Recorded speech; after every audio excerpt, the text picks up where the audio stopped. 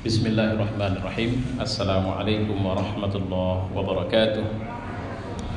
Alhamdulillahirabbil alamin. Wassalatu wassalamu ala asyrafil anbiya'i wal mursalin wa ala alihi wa sahbihi ajma'in. Qala Allah fil Qur'an, a'udzu billahi as-sami'il 'alim minasy syaithanir rajim. Bismillahirrahmanirrahim. Qalatil a'rabu amanna qul lam tu'minu ولكن قولوا أسلمنا ولما يدخل الإيمان في قلوبكم وإن تطيعوا الله ورسوله لا يلدكم من أعمالكم شيئا إن الله غفور رحيم. صدق الله وصدق رسوله. قالت الأعراب, berkatalah orang-orang Arab. Al-Arab sering dimaknakan sebagai orang Badui, orang pedalaman. Jadi kalau di daerah Saudi, orang pedalaman itu artinya orang yang kalau tidak tinggal di gunung, mereka tinggal di padang pasir. Dan bedanya gunung di sana dengan di sini, cenderung aksesnya sangat sulit kalau di sana. Pertama, dia adalah bebatuan. Jadi gunung di sana jangan bayangkan sehijau di sini, bahkan tidak hijau. Yang namanya gunung ya gunung batu. Ya. Nah, mereka ini orang yang jarang sekali mengetahui akses dunia luar. Jadi betul-betul hidup dengan lokal, ya. Sampai sekarang ini kabarnya orang Badui itu nggak peduli Saudi itu ada negara atau tidak ada negara. Yang penting ada tempat bisa menggembalakan unta sama kambing mereka. Itulah negara sama mereka. Jadi pola hidupnya nomaden, berpindah. Habis rumput sini pindah ke sana. Jadi artinya sama mereka nggak peduli mereka. Siapa memimpin negara urusan kalian. Yang penting kambing kami tetap bisa makan, unta kami bisa makan. Dan teman-teman yang di sana khusus Saudi bilang kalau orang Badui turun kota itu polisi pun takut. Nah itu dia. Jadi artinya apa? Mereka bawa tembak. Jadi kalau jalan dia udah ketahuan yang jalan tuh Badui ya udahlah. Jadi kalau lampu merah ditabraknya udah biarin aja lah, daripada begaduh sama Badui jadi masalah nanti. Dan bahasa mereka cenderung berbeda. Walaupun sebenarnya kayak kita Indonesia, bahasa aslinya orang Indonesia itu bahasa orang Riau, Melayu. Bahasa aslinya orang Arab itu sering yang masih murni dia. Kalau kita kan sudah rusak nih. Jadi bahasa nasional kita itu bahasa Indonesia, tapi ke Betawi-Betawian ya enggak juga gitu. Tapi secara nasional sudah mulai dong deh, itu kan bahasa yang enggak ada di kamus itu. Itu lebih kepada logat suku, sehingga kita pun tidak berbahasa Indonesia yang baik dan benar lagi sekarang. Nah, sama seperti orang Arab. Saya mohon maaf, saya tidak pernah kuliah di Arab. Belajar buku. Nah, begitu kita berbahasa seperti, jadi teman saya juga ada begitu. Dia berbahasa yang baik dan benar, lantas orang terkejut. Loh, masih ada juga yang bisa bahasa Arab yang baik. Ya, sampai ada teman di Mesir itu dia bertanya beli buku, dia bertanya dengan bahasa Arab yang baik dan benar, siap bertanya, penjual bukunya jawabnya apa? Shadaqallahul azim. Kenapa? Karena dia mengatakan hadza min kalami rabbi. Ini adalah kalimat Tuhan ini. Maksudnya apa? Karena terstruktur rapinya bahasanya.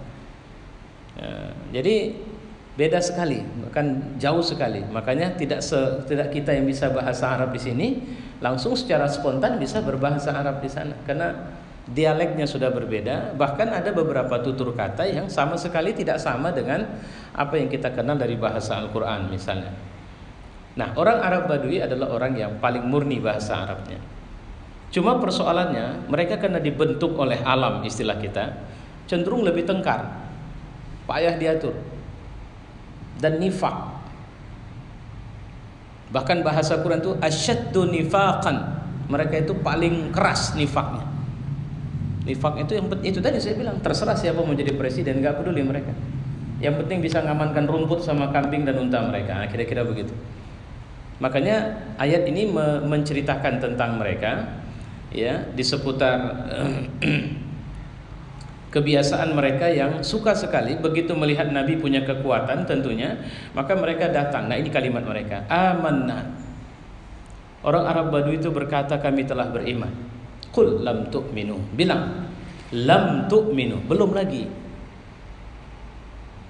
Jadi walakin qulu aslamna, bilang kami sudah ngaku, kami sudah menyerah. Jadi tidak semua orang yang menjadi muslim adalah orang yang total beriman.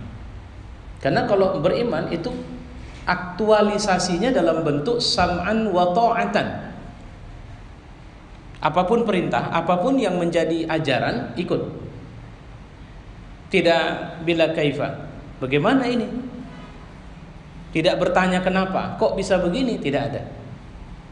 Ya, sehingga pendekatan orang beriman, ini kita mau bedakan dengan bahasa penjelasan bidang akidah ya. Pendekatan orang yang telah menyatakan keimanannya adalah pendekatan yang sam'an wa ta'atan. Kita bisa lihat nanti dalam surat Al-Anfal misalnya, ketika mereka diperintahkan perang, itu pun terjadi keberatan. Kama akhrajaka rabbuka min baitika bil haqq. Sama seperti ketika kalian dikeluarkan dari rumah kalian dengan benar oleh Allah. Ya, bil haqq. Dan sebahagian wakasir min dan sebahagian dari orang-orang mukmin itu lakarihun, tidak suka. Ya, yujadilunaka fil haqqi ba'da ma tabayyana ka'annama yusaquna ilal maut. Perintah perang yang dikirimkan Allah kepada Nabi itu direspon dengan ketakutan, kekhawatiran bahwa kayaknya kita mau dibunuh ini. Tapi tolong pahami, statement itu tidak muncul sebagai sebuah penolakan. Karena ini pelajaran pertama di mana beriman itu tidak sekedar untuk sholat, puasa. Beriman itu tidak sekedar untuk zikir, qiyamul lail, bukan itu lagi. Tapi beriman itu menghadapi orang kafir dengan resiko mati. Pernyataan itu mereka siap. Kalau mati pun gak ada masalah. Cuma ini yang membuat ka'annama yusaquna ilal maut. Kalian pikir kalian akan dijerumuskan ke dalam kematian. Kenapa mereka menyatakan dan enggan sekali dengan seruan perang ini? Pertama, akadnya waktu keluar dari Madinah waktu itu adalah akad untuk hirosah, ronda, jaga malamnya kalau bahasa kita. Keliling, cek. Di sana ada kafilah dagang bakal lewat dipimpin Abu Sofyan. Asetnya banyak, kalau kita ambil ghanimahnya tinggi. Jadi yang kebayang cerita enak ini. Ayo berangkat kita, mau kalian? Mau. Oke, mudah-mudahan Allah kasih sama kita ghanimah ini. Ternyata lepas. Abu Sofyan juga orangnya cerdas. Begitu mau lewat tempat biasa yang merupakan wilayah kekuasaan Nabi dan para sahabat, maka dia langsung kirim kurir ke Mekah. Tolong bantu kami nih, agak bahaya nih kami jalan kali ini. Di Mekah, Abu Jahal langsung melakukan mobilisasi. Yang dikirimnya adalah pasukan tempur, langsung dia yang pimpin. Jumlahnya itu loh yang buat jadi masalah, 1000 orang. Sementara yang dimobilisasi Nabi cuma 300-an orang. Gitu.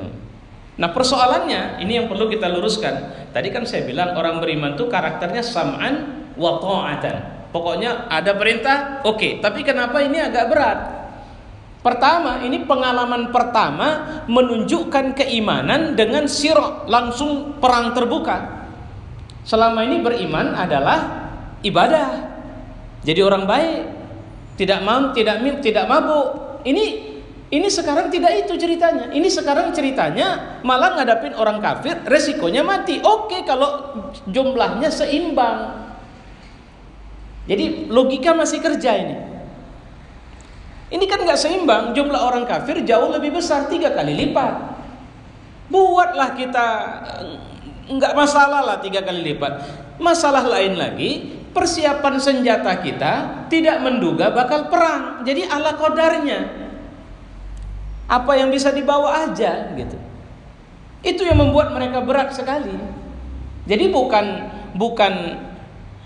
mereka menolak perintah, tapi beriman. Ini kelas kita pasti kita akan melalui ini itu. Setiap kita beriman, kalau sekedar sholat, ini aja pun belum tuntas kita. Qiyamul lail, baca Quran, kemudian mendisiplinkan membacanya dengan sebulan bisa khatam, kemudian duha, kemudian puasa sunat, kemudian itu aja kita masih belum. Apalagi kalau digiring ke tingkat yang lebih tinggi, Ini kan tarbiyah Allah ini, digiring ke tingkat yang lebih tinggi. Ngapain? Nggak bisa lagi diamin orang mabuk di sana. Yuk kita datangin itu. Pokoknya lokasi radius 100-200 meter dari masjid tidak boleh ada maksiat. Kita ronda terus. Yuk, itu sana ada perempuan laki-laki duduk berdua nggak jelas itu. Ayo, jauh kalian dari sini. Ini belum perang. Kalau sudah sampai pada tingkat perang kata Allah. Nah, ini yang buat mereka berat. Kalau sekedar ronda kampung nggak apa-apa. Jadi penolakan itu adalah, makanya saya sedang ingin menjelaskan ayat ini bahwa kenapa kullam tu'minu, bilang mereka itu belum beriman. Yang namanya beriman itu otak nggak ikut campur lagi. Pokoknya kalau kata Allah sudah laksanakan. Kata Allah dari pesawat, kita naik pesawat, terus Allah bilang terjun tanpa pakai alat pengaman, terjun. Seperti Mikdad pernah bilang sama Nabi, ya Rasul, mungkin kau ragu melihat kami, karena baiat kami waktu itu adalah baiat menjagamu saja di Madinah, tapi tidak di luar Madinah. Sementara medan Badar ini sudah di luar Madinah. Sekarang perintahkan apa yang mau kau perintahkan. Kau mau suruh kami naik kapal, kami akan pergi naik kapal. Dan di tengah jalan kau suruh kami terjun karena Allah, kami akan terjun karena Allah. Jangan takut, bilang apa yang mau kau bilang. Itu langsung. Itu baru beriman. Artinya waktu itu kan Nabi sempat ragu ini memberi kabar kita. Ini perintahnya berubah nih. Untuk orang dari Muhajirin tidak boleh bantah. Kalian harus ikut. Cuma Ansor, kesepakatan mereka dengan Nabi adalah membela darah Nabi, membela Nabi itu selama berada di kawasan Madinah. Ini luar Madinah. Begitu sahabat ini mengatakan statement itu, Nabi pun legowo, tenang. Tapi dia belum tenang. Kenapa saya bilang belum tenang? Karena satu malaman Nabi tidak tidur, dia hanya munajat. Itu bahasanya tastaghisuna fastajaba lakum.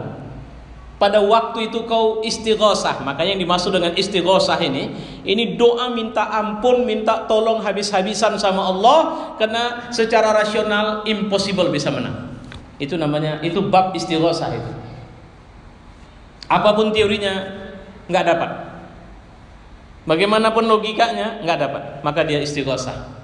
Diceritakan dalam riwayat sampai-sampai Abu Bakar itu berulang-ulang mengangkatkan sorban Nabi karena jatuh. Jadi Nabi tidak begini doanya. Ya kalau doa istighosah itu sampai seperti ini. Jadi sal yang di punggung Nabi itu berulang kali jatuh itu. Jadi Abu Bakar yang ngawani diangkatkan balik. Sampai terakhir karena Nabi terus menangis dalam doanya. Abu Bakar bilang, ya Rasulullah, sudahlah, Allah pasti mendengarkan. Tidak Abu Bakar, sebelum ada kejelasan, belum ada lampu hijau. Sampai jelang subuh datanglah lampu hijau. Apa itu? Turun malaikat. Kalau bahasa Quran dengan murdifin. Murdifin itu apa? Kalau bahasanya mungkin kalau saya artikan bebas, malaikat apa namanya? Yang berprofesi sebagai pasukan tempur. Nggak ngerti lah saya. Jadi langsung dikomandani oleh Jibril. Berapa jumlahnya? 1000. Mereka ikut perang, ikut. Apa tanda mereka ikut perang? Nanti perhatikan jasad musuh yang sudah mati, kalau menghitam lehernya atau menghitam kukunya, itu tanda yang bunuh malaikat. Itu diabadikan dalam surah Al-Anfal. Nanti lihat itu. Dari kama akhrajaka rabbuka min baitika bil haqq wa inna fariqam minal mu'minina lakarihun. Terus ke bawah. Itu bicara perang Badar itu. Jadi Allah turunkan 1000 malaikat. Begitu 1000 malaikat turun, Nabi cuma sampaikan kepada satu orang beriman. Tidak semua sahabat dibilangi Nabi. Siapa? Abu Bakar. Selamat mubarak ya Abu Bakar. Allah sudah mengumumkan bahwa Jibril akan turun dengan 1000 malaikat yang akan membantu kita perang. Berhenti di Abu Bakar, ini informasi. Karena kalau sempat sampai ke sahabat yang lain, semangat tempurnya tidak akan istimewa itu. Ya udahlah, aman lah kita, apa lagi? Ngapain lagi kita semangat-semangat kali malaikat udah ikut bantu kita kok. Jadi biasanya nasrun minallah itu tidak dikasih tahu sama orang beriman. Supaya apa? Daya juangnya tidak menurun atau tidak jadi manja. Ini yang harus dipahami. Saya tolong catatan kita malam ini adalah menceritakan Beriman itu berbeda dengan menjadi muslim. Maaf cakap, mudah-mudahan Allah mengampuni dan membuat dia berubah. Saiful Jamil itu orang muslim. Berimankah? Beriman itu tidak sesederhana itu. Dewi Persik muslim, DP muslim, orang-orang yang berzina, mabuk, korupsi, orang muslim. Tapi apakah mereka beriman? Nabi pernah bilang iman keluar dari tubuh seseorang ketika seorang itu bermaksiat. Tidak beriman orang yang berzina di saat dia berzina, karena iman akan keluar dari tubuhnya seperti burung keluar dari sarangnya. Kenapa? Karena ketika dia beriman itu ketika dia bermaksiat itu asaina, kami bermaksiat. Dan itu bukan karakter orang beriman. Tapi orang beriman yang bermaksiat karakternya adalah dia bertobat kepada Allah. Jadi keimanan ini dahsyat, ini kekuatannya. Apa perintahnya? Jalan. Terus enggak ada apa ceritanya? Ya, kita cuma disuruh jalan dan Allah akan kasih kemenangan menghadapi medan yang seperti ini. Itu Allah biarkan. Jadi misalnya kita disuruh nyebrang laut, enggak pakai kapal, Allah cuma bilang selamat, insyaallah seberangi aja. Apa mungkin? Itu dia. Itu yang dimaksud tadi. Lam tu'minu, kau belum bisa beriman. Yang namanya beriman, kau tidak mempertimbangkan lagi jika itu sudah perintah. Contoh, kenapa? Apa yang menghambat Bapak Ibu salat tahajud setiap malam? Saya khawatir yang membuat kita tidak berdaya salat tahajud setiap malam adalah pertimbangan-pertimbangan rasional yang kita buat atas diri kita. Apa bentuknya? Besok kerjaan berat. Kedua, tidur kita kemalaman, kayaknya beratlah kita bisa bangun. Sudah, itulah yang dimaksud dengan pertimbangan-pertimbangan yang akhirnya akan menghambat kita untuk rileks. Apa yang membuat kita berat menghafal Quran sekarang? Kesibukan. Benar enggak kesibukan? Kayaknya enggak. Iya Pak, sibuk kali saya. Betul itu, betul. Kayaknya enggak. Karena sebenarnya sesibuk-sibuk kita, kalau memang kita mencintai Al-Quran, tidak akan sulit bagi kita. Bahkan di tengah berkendara pun kita bisa membaca Al-Quran. Persoalannya sekarang, bagaimana kita memahami atau mewujudkan keimanan itu. Ini dia. Kalian belum beriman. Lamma yadkhulil imanu fi qulubikum. Sampai kemudian iman itu masuk. Jadi karena iman itu belum masuk ke dalam hatimu. Jadi menyatakan Islam itu tidak mudah, tidak sulit, tapi menunjukkan iman itu sulit. Maka Allah mengatakan bukan menguji Islam kita. Ahasiban nasu ayyutraku ayyaqulu amanna wa hum la yuftanun. Apakah manusia itu mengira kalau sudah bilang amanna dia tidak akan diuji? Karena iman itu berhubungan langsung dengan keyakinan. Dan itu butuh ujian. Seberapa yakin sama Allah? Ibu punya anak tamat sekolah, mau masuk pegawai negeri. Sudah terbuka jalan, satu pakai duit sekian bisa masuk. Tapi pasti zalimi orang. Satu punya koneksi bisa masuk, tapi pasti zalimi orang. Kenapa? Karena untuk bisa masuk anak kita, ada orang yang seharusnya masuk disisihkan. Bukankah itu mengerti? Terkejut saya. Sama terkejut ya. Apa itu Pak? Gak tahu, saya megangnya juga bagus nih. Ya. Iya mungkin lah. Tapi sudahlah, sama-sama tenangkan. Ya, kembali ke cerita tadi. Bukankah itu menzalimi? Ya, ketika kita, padahal sebenarnya mana lebih kuat, mana lebih mungkin? Kita suruh anak kita ikuti proses, kita berdoa, dan dia menjalankan prosesnya. Nah, sekarang mungkin bahasanya lebih enak, bukan mana lebih mungkin, mana lebih berkah. Kalau semua proses yang lillahi ta'ala kita jalankan, anak kita tidak masuk, itu artinya Allah merencanakan yang lain untuk dia. Itu cara mindset atau cara pandang orang beriman. Saya ingat dulu, walaupun kayaknya sih enggak sih, cuma nyampe ke telinga saya. Saya dulu waktu baru nikah, saya ikut tes di satu, gak usah saya bilang di mana. Hasilnya ada sekitar setahun kemudian, ada orang nyampaikan kepada saya, I am the first, saya yang nomor 1. tertulis, wawancara, psikotes, saya nomor 1 karena berkasnya tersimpan. Tapi saya tidak lulus. Pada proses menuju kelulusan ada orang yang bilang sama saya, kasih sekian. Itu sebelum pengumuman. Jawaban saya sederhana. Saya ambil nilai ijazah saya, tidak ada 1 rupiah pun saya keluarkan untuk bisa dapat nilai A, B, atau C. Dan sekarang saya harus cari kerja dan saya harus mengeluarkan segitu, 1 rupiah pun permintaannya tidak akan saya keluarkan. Kalau memang karena Allah lulus, saya terima. Tapi kalau tidak karena Allah saya tidak lulus, tidak masalah. Alhamdulillah tidak lulus. Tapi saya memahaminya di mana? Saya memahaminya Allah tidak merencanakan saya di situ. Allah merencanakan saya di tempat lain dengan pekerjaan yang lain, dan saya tidak merasa terganggu sampai sekarang. Tidak merasa kesal. Itu yang saya maksud tadi. Saya pikir Allah akan terus uji itu. Karena orang beriman itu batas, ya masa Nabi saja antara Abu Bakar dengan sahabat yang lain itu 1:1000 keimanannya. Abu Bakar itu orang beriman di masa itu kumpul 1000 orang baru bisa menandingi imannya Abu Bakar. Jadi artinya iman itu kata Nabi dalam satu hadis ada 60 atau 70 tingkat. Yang paling tinggi adalah la ilaha illallah, yang paling rendah adalah menghilangkan penghambat di jalan. Kalau bahasanya menyingkirkan. Kalau al-aza, aza itu sering diterjemahkan duri dari jalan. Sebenarnya bukan duri itu. Apa yang buat orang geram? Nah, itu dia. Udah capek jalan sini toto portal atau di portal atau di polisi tidurnya belapis atau jauh awak jalan. Begitu mau sampai keluar orang pesta pula, nggak ada tanda-tanda di sana. Kenapa nggak ada buat tanda-tanda? Berdosa itu yang pesta itu. Saya selalu kali bilang begitu itu.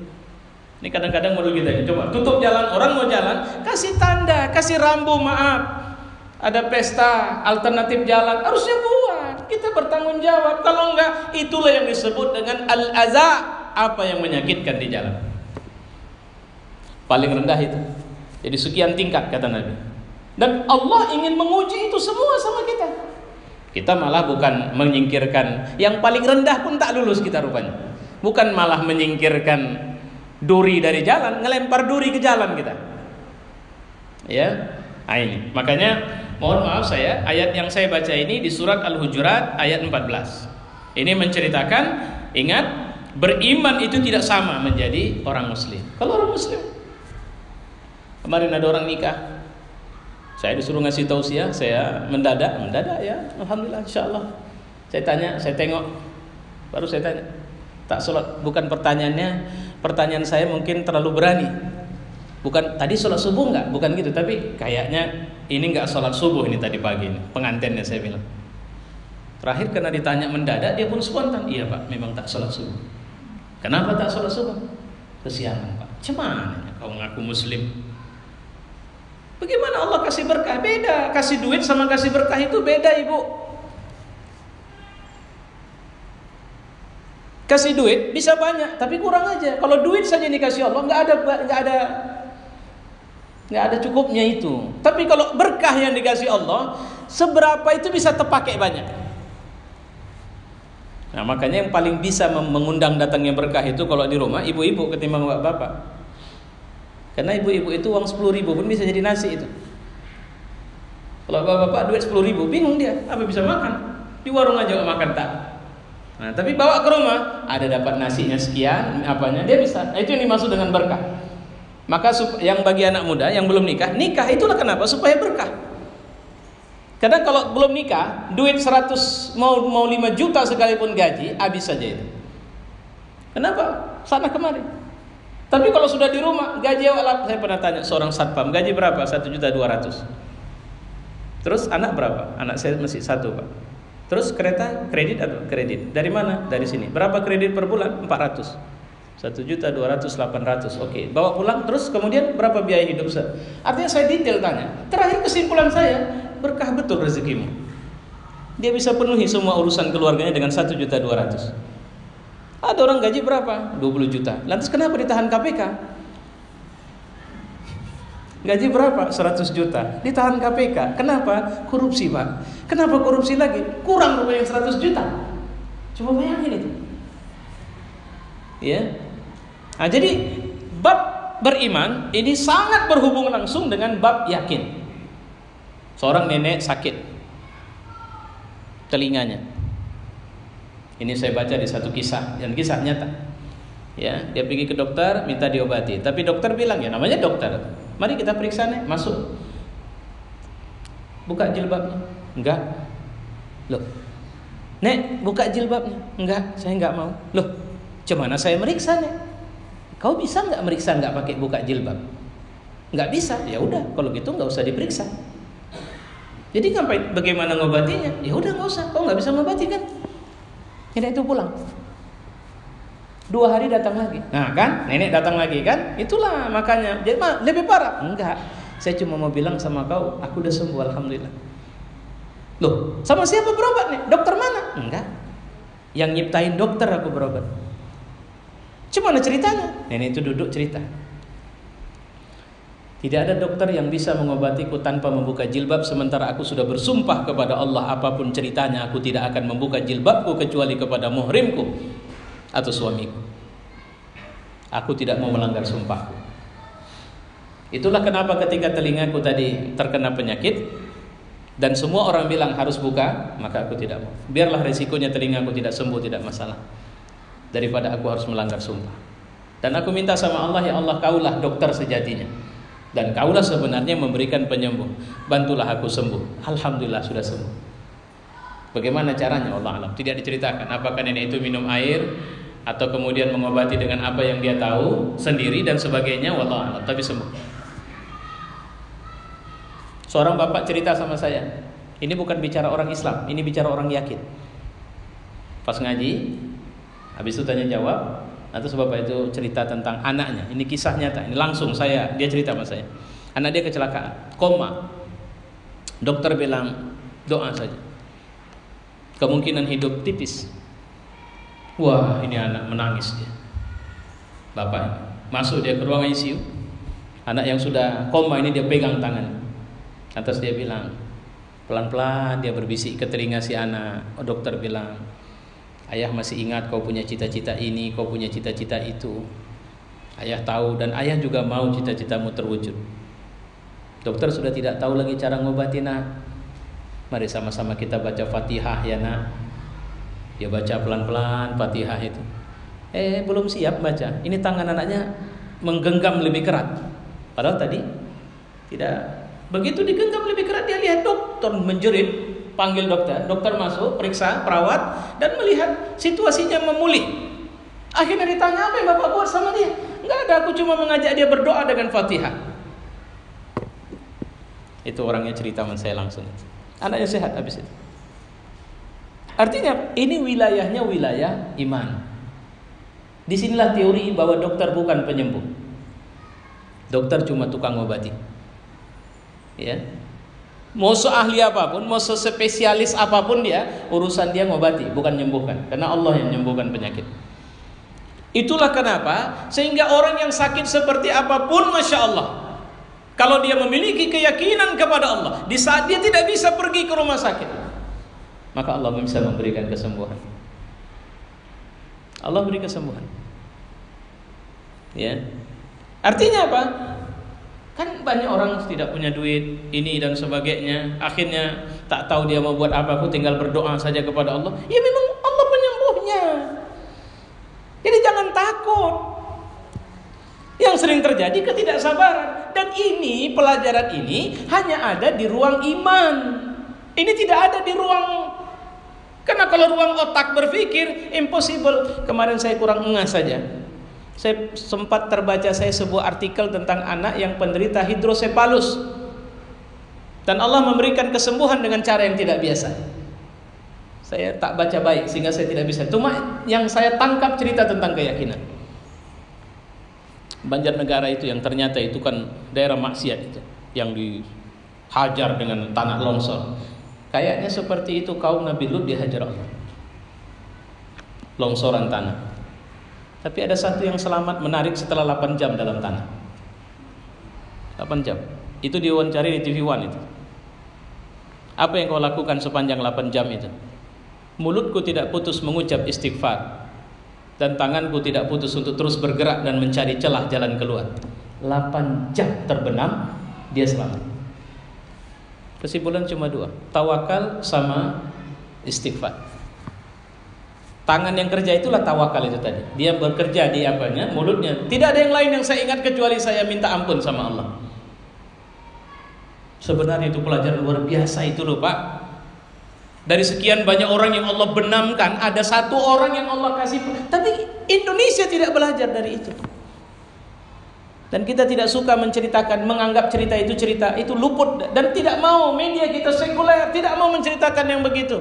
Sama ketika Air Asia jatuh di pantai utara Jawa itu, ya, ada 1 katanya yang jasadnya wangi itu luput, tidak mau dibicarakan, dianggap enggak usah, jangan ceritakan yang ini karena tidak rasional.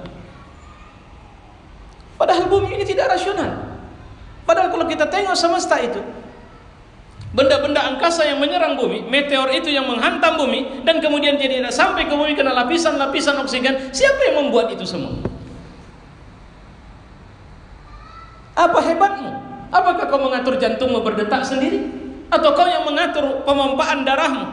Tadi saya berbicara di satu majelis, saya mohon maaf, saya menganggap itu hidayah dari Allah. Saya menceritakan tentang potensi kerja otak. Nanti kalau Bapak buka komputer atau tablet atau handphone, coba lihat ada secara potensial di HP kita ini sudah disimpan sekian bahasa. Kan begitu.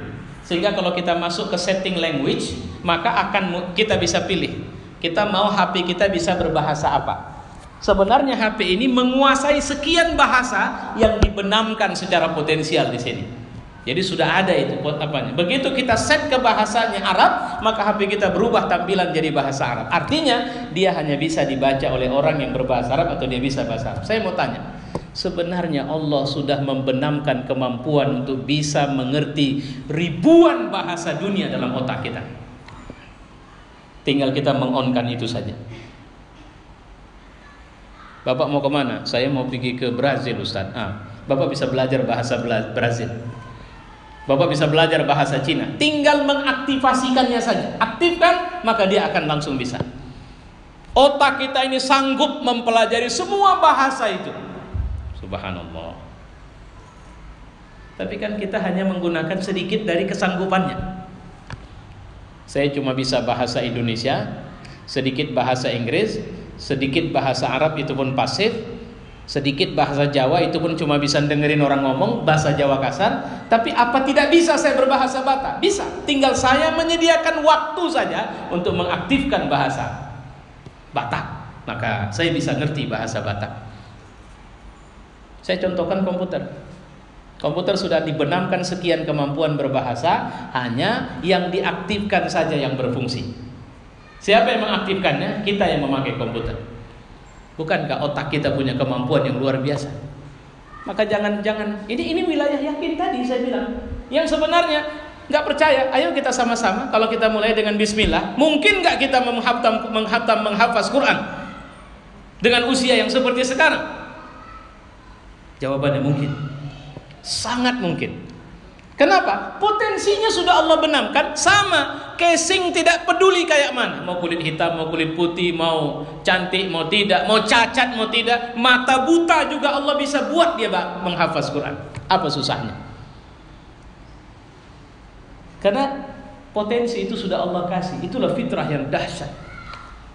Dan itulah. Nah, apa yang menghambat kita untuk bisa mengaktifasi itu? Jawabannya sering, ngapain aku belajar bahasa Inggris? Apa? Kerjaanku cuma tukang cucinya.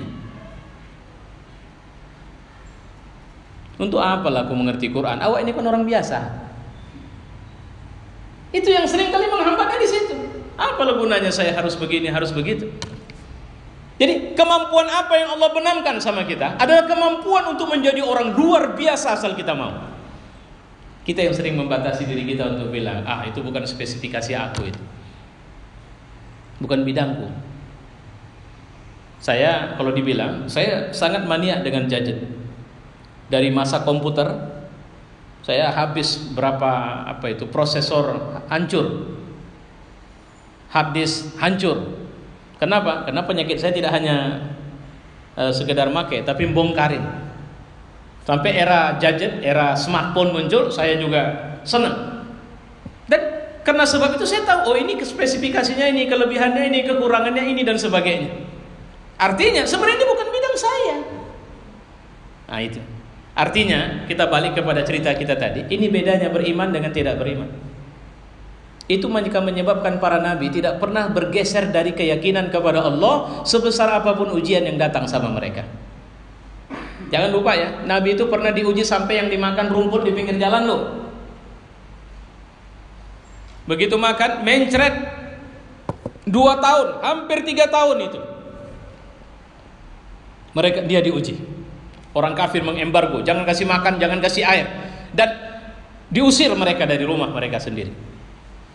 Sehingga mereka berkumpul di satu tempat, dan disitulah mereka, coba bayangkan, bukan cuma mereka. Kalau cuma mereka yang lapar tidak ada masalah. Anak-anak mereka ikut lapar bersama mereka, bayi-bayi mereka ikut lapar bersama mereka.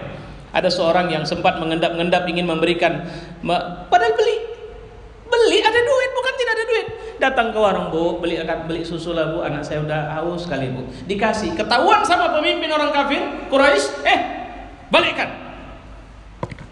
Risiko mempertahankan keimanan. Jadi intinya begitu beratnya pun mereka tetap bertahan. Ahasiban nasu yusraku yaqulu amanna wa hum la yuftanun. Allah uji. Ujian itu bisa membuat macam nyawa itu mau keluar dari tenggorokan ini. Sampai setingkat itu. Jadi bukan ujian biasa yang Allah kasih, ujian luar biasa. Ada ujian yang difitnah. Ya Allah, fitnah itu berat loh Pak. Kalau sekedar difitnah orang nggak percaya, itu nggak ada masalah. Ini orang percaya dengan fitnah itu. Makanya al-fitnah itu asyaddu minal qatl. Kenapa lebih geram, lebih berbahaya dari pembunuhan? Karena kalau dibunuh mati. Ini tidak, kita tidak dibunuh, hidup tapi jalan kita dianggap kita orang mati. Oh itu si anu, itulah yang apa itu habis semuanya. Sehingga tidak berguna kita akibat fitnah tadi. Masya Allah. Biasanya fitnah muncul dari orang dengki. Karena orang dengki apapun yang akan dia buat, fitnah itu cara yang paling murah dan mudah untuk mendengki orang atau menghancurkan orang. Sampai setingkat itu. Muhammad yang dikenal sebagai Al-Amin berubah menjadi Muhammad Al-Kazzab, Muhammad penyihir, Muhammad pendusta, Muhammad kena ayan, segala-galanya mereka bilang. Sampai tingkat ujian itu dengan dibunuh. Ketika para sahabat sedikit mengeluh dengan kesulitan mempertahankan keimanan mereka, maka Nabi mengingatkan mereka, dulu ada orang yang dia mempertahankan imannya itu kata Nabi, sisir dari besi. Jadi ditaruh di punggungnya. Maaf, saya buatkan contohnya bayangannya. Itu ditarik pelan-pelan. Sehingga yang koyak itu bukan cuma kulit, tapi dagingnya. Berburailah daging mereka karena ditarik oleh sisir besi tadi. Ya, coba modelnya saya kurang. Artinya pokoknya gergi besi. Nanti pelan. Apa yang disuruh ke mereka? Merubah keimanan mereka. Tapi mereka tidak berubahnya sampai akhirnya Allah memanggil mereka. Ada yang dimasukkan ke ruang asap. Dibiarkan. Ada yang dibenam di tanah. Sampai akhirnya binatang-binatang pemakan daging dalam tanah itu mengurai dagingnya dan mereka mati dalam kondisi seperti itu. Ada yang diikat dengan 4 ekor kuda, tangan dan kuda itu disentakkan untuk berlari ke 4 penjuru mata angin. Apa yang terjadi? Putuslah tangan, putuslah. Tapi mereka tidak mengganti iman mereka kepada Allah. Ada yang melihat anaknya direbus di depan matanya, suaminya, dan dia pun disuruh pilih. Kalau kau mau mempertahankan keimananmu, terjun ke dalam api itu. Itu dalam surat Ashabul Ukhdud. Ya. Tidaklah mereka dibunuh, tidaklah mereka dizalimi, cuma karena mereka mengatakan Tuhan mereka Allah. Masya Allah, luar biasa. Dan ini keimanan. Cuma masalahnya, beriman ini bukan cuma cerita hidup dunia. Itu yang membedakan. Makanya Allah tegur orang Badui, enggak, lam tu'minu. Lama yadkhulul iman fi qulubikum, iman belum masuk ke dalam hati kalian. Kenapa? Karena beriman, orang beriman view-nya itu sampai ke akhirat sana. Yang kebayang dia dunia ini sebentar kali. Bahkan sebagian kita sudah menua, rambut kita memutih, jalan kita sudah mulai payah. Bukankah itu isyarat dari Allah bahwa kita tidak lama? Nabi mengatakan umur umatku ini 60 atau 70. Istimewa kalau dia sampai lebih dari itu. Dan aku termasuk orang yang sedikit yang istimewa itu. Artinya kata Nabi, kalau sudah sampai angka 60, sudah istimewa itu umat Muhammad itu. Karena Nabi membuat takaran 60 atau 70. Yang lebih dari itu sangat sedikit sekali. Nah, kalau sudah kematian datang, apalagi ceritanya? Orang-orang yang tidak percaya kepada Allah, mereka menganggap mereka sirna. Sementara kita yang meyakini bahwa perjalanan sesungguhnya dimulai, yaitu perjalanan untuk menerima balasan amal. Ya. Wa in tuti'ullaha wa rasulah la yalidkum min a'malikum syai'a. Jika kamu taat kepada Allah dan Rasulnya, tidak akan mengurangi sedikit pun pahala amal. Kuncinya cuma itu. Taat kepada Allah dan taat kepada Rasul. Jadi sekarang ini yang perlu kita pelajari itu sebenarnya, kalau ada tafsir kita, minta sama guru tafsir kita, ajari kami apa saja perintah Allah kepada orang mukmin, biar kami tahu.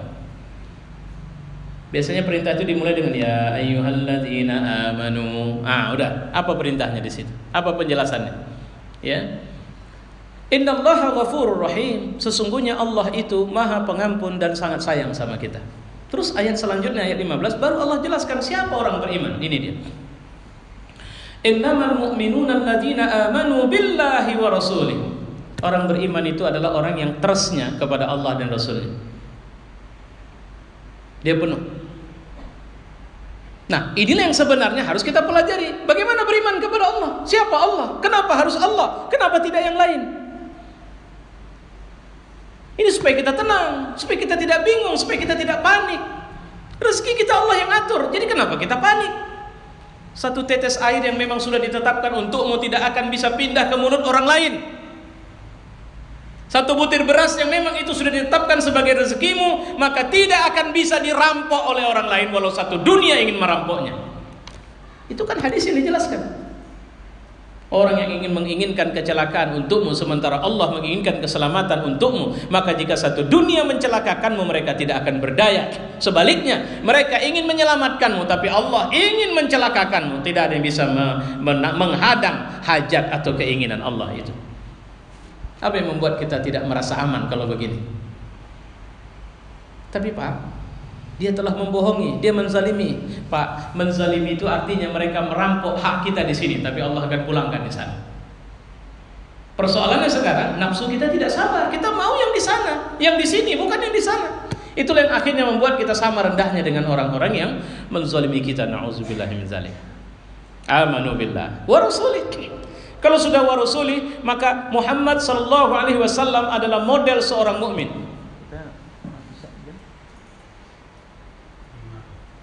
52 1 menit. Masya Allah, udah masuk. Iya, saya baru tanya kita isya jam berapa. Ini terputus jadinya kaji kita. Ya. Jadi pertama, amanu billahi wa rasulih summa lam yartabu, dan mereka tidak ragu.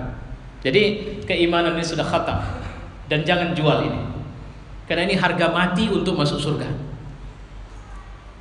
Insyaallah ada rezeki kita sambung di waktu yang mendatang. Wassalamualaikum warahmatullahi wabarakatuh.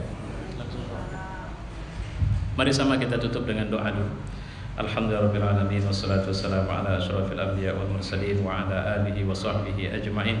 Allahumma ij'al hadza jam'ana fi hadzal majlisi jam'an marhuma wa tafarruquna min ba'dihi tafarruqan ma'suma.